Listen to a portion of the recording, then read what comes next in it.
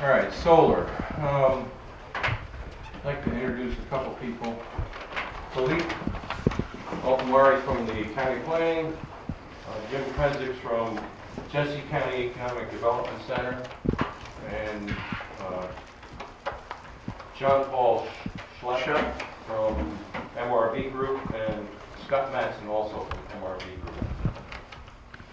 Planning Board, and I'm just going to give you a little overview of what a pilot.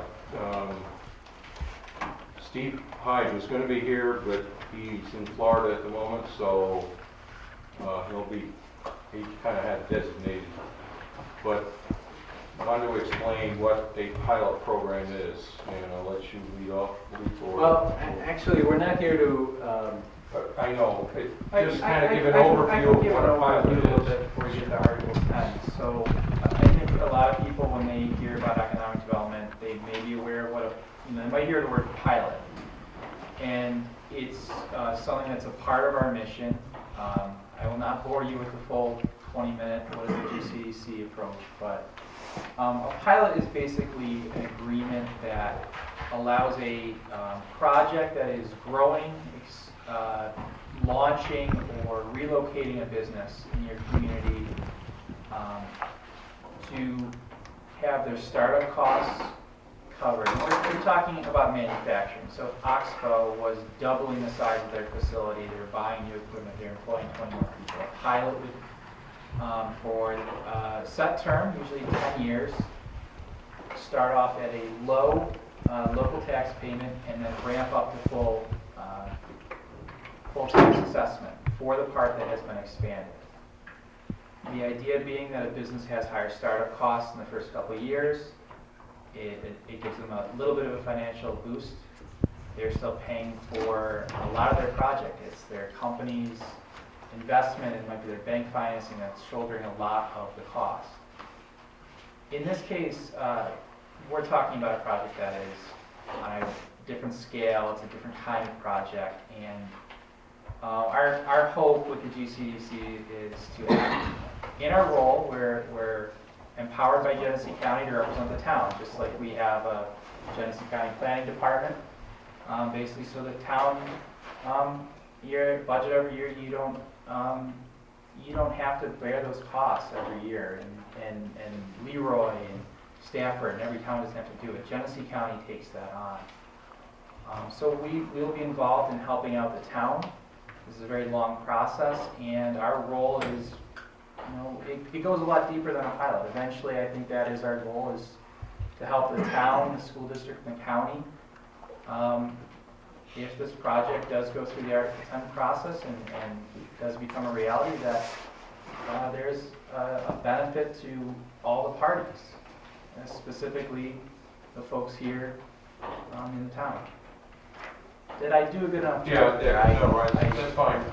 We can't really get into it totally because none of us have a lot of information at this point. What he's talking about, the Article 10, is because of the size of this project, the Article 10 comes into play. And now you're involved with the DEC, all of the departments in the Ag Department, and a lot of other departments that will have their say in there.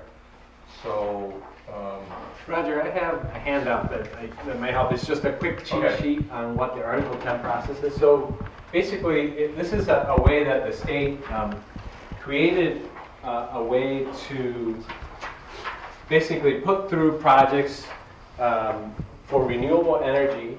It's not just solar, it's also wind. You've probably heard of the ones up in Orleans County that do it. And this is just a cheat sheet. I have extra copies if you want to pass them around, of what it is.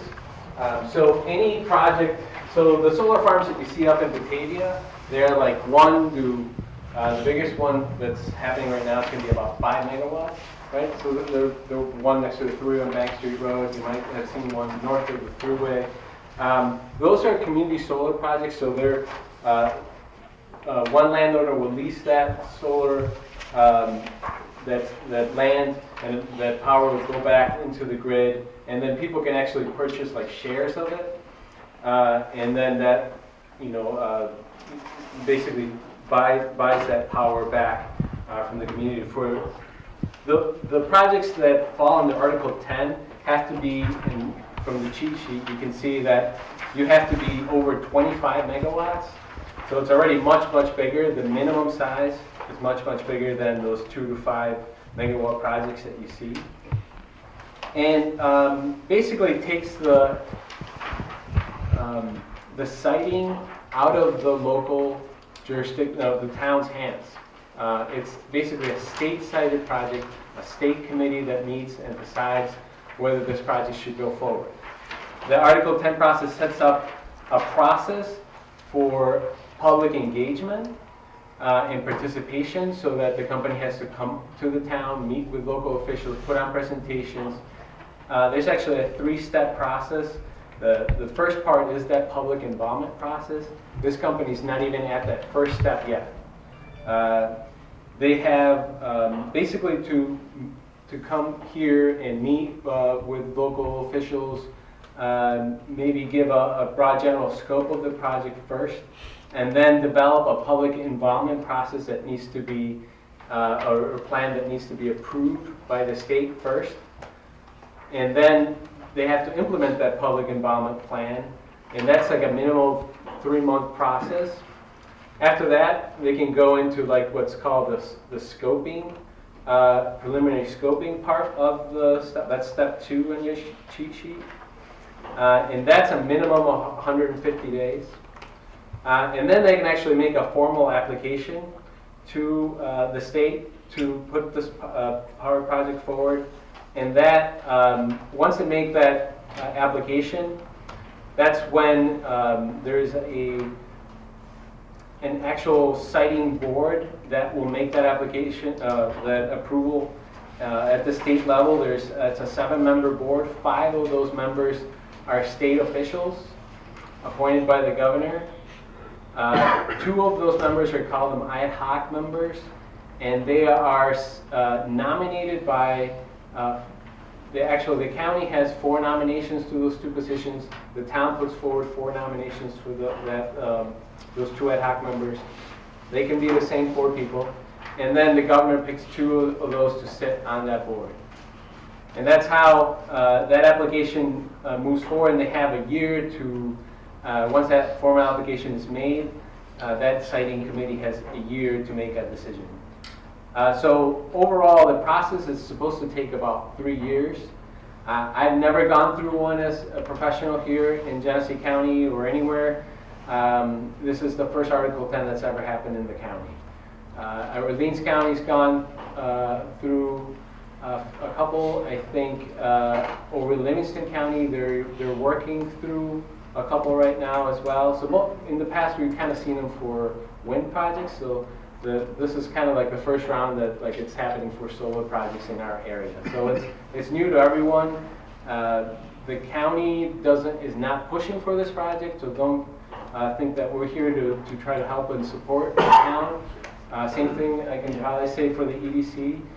This is completely a state-driven project. So NYSERDA, which is the energy research arm of the state, actually solicited for this project, for these types of projects in the state.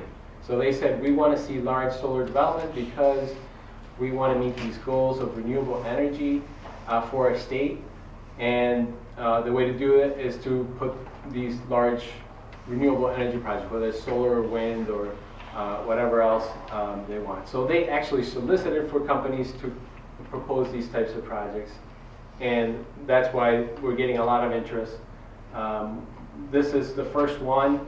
Like I mentioned, there's actually another one right on the heels that is looking at a similar size project somewhere in the county as well. They haven't decided where. So it's something that's happening. Whether it goes forward or not, I don't know how. This is new even to the state for this size of project. It would be, according to their paperwork, they said it would be the biggest solar project east of the Mississippi River. So it's a new thing to everyone, and we hope to be of service and to lend whatever things I learn as I go through. But I'm doing the same thing for our legislature, and Roger asked me, would I come out here and just say a few words about what this project and this process is about. So hopefully that kind of helps you a little bit. And I do encourage you to go on NYSERDA's website because they do have a lot of information on there.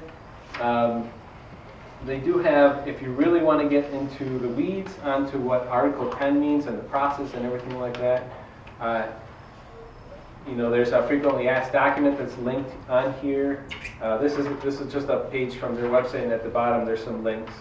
And of course, I would say that as a town board, you should rely on your legal advice from your town attorney because this is something new, and that's based on state law that needs to be combed through. There's as the process moves forward, there's funding that the town can access through the state that the company puts basically like a fund for the town to access for legal representation, for experts, for environmental work or things like that need to be verified by a consultant.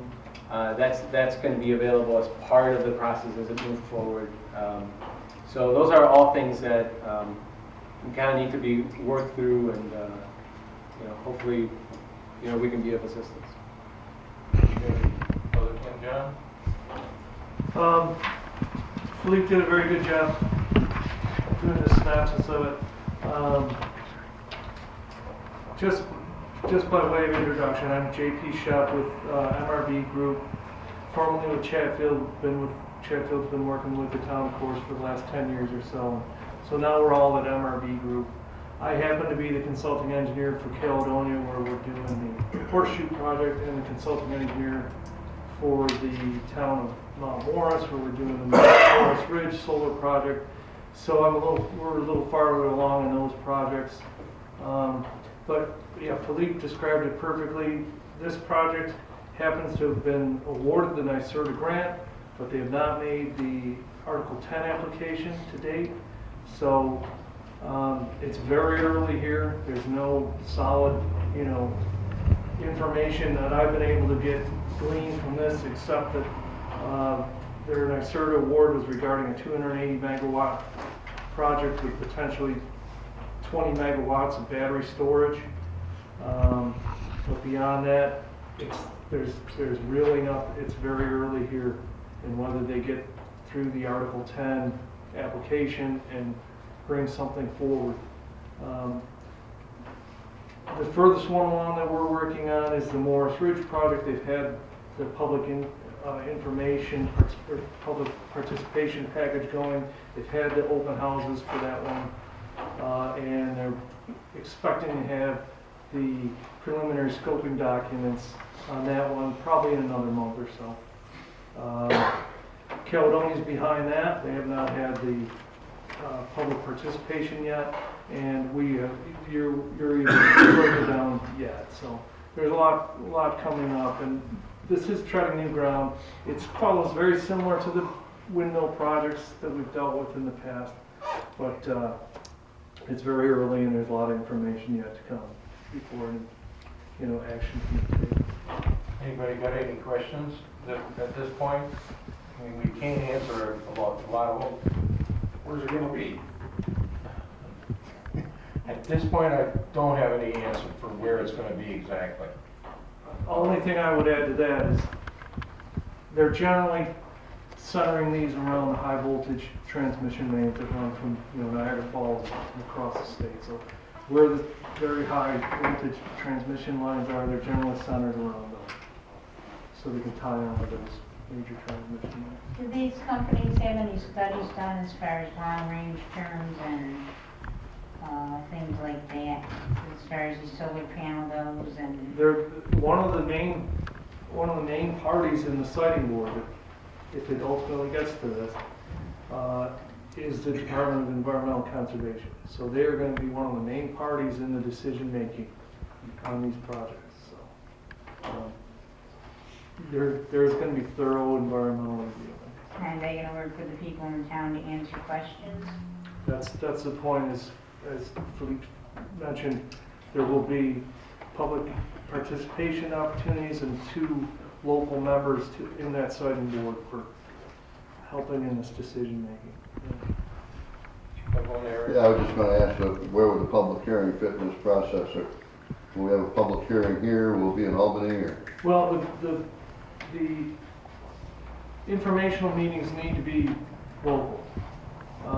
The ultimate hearing locations, where the siting board that's made up mainly of those state agencies, I believe that may be in Albany, but the actual, the participation with the public will be local.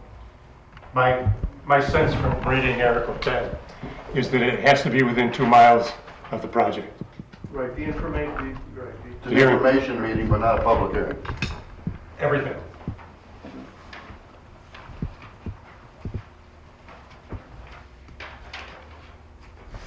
Okay, if anybody has any questions or whatever, I'd appreciate it if you would drop them into the town hall, and we'll keep compiling them for each monthly meeting. Whether they're for or against, not what I really care about. There's going to be, in the last few days, I've gotten more information in regards to this than I probably have known before on it. So it's an ongoing situation, but if you have questions, please write them down, leave them with Deb at the office, and we'll try and answer them if we can at that point. Okay? So if there's no more questions, we'll continue. Yes. I got one. Okay. There's multiple companies out there interested in doing this. When they do a project this scope, can it be multiple companies going together to do a 200, 300, 400,000 acre solar farm? Or is it normally one lead company does it all? My experience is it's been one. There's the two projects in Livingston County are two separate companies. There's a project right on the border of Steuben and Allegheny County that is one of the same companies, but each of these sites are done by a single energy developer. Thank you. You're right. All right. All right, and I'm going to close it for the solar part. And like I said, if you have any questions or comments, I appreciate you just drop off a sheet with it on it and leave it at the office with Deb. And we'll keep them all in one folder for you. Okay?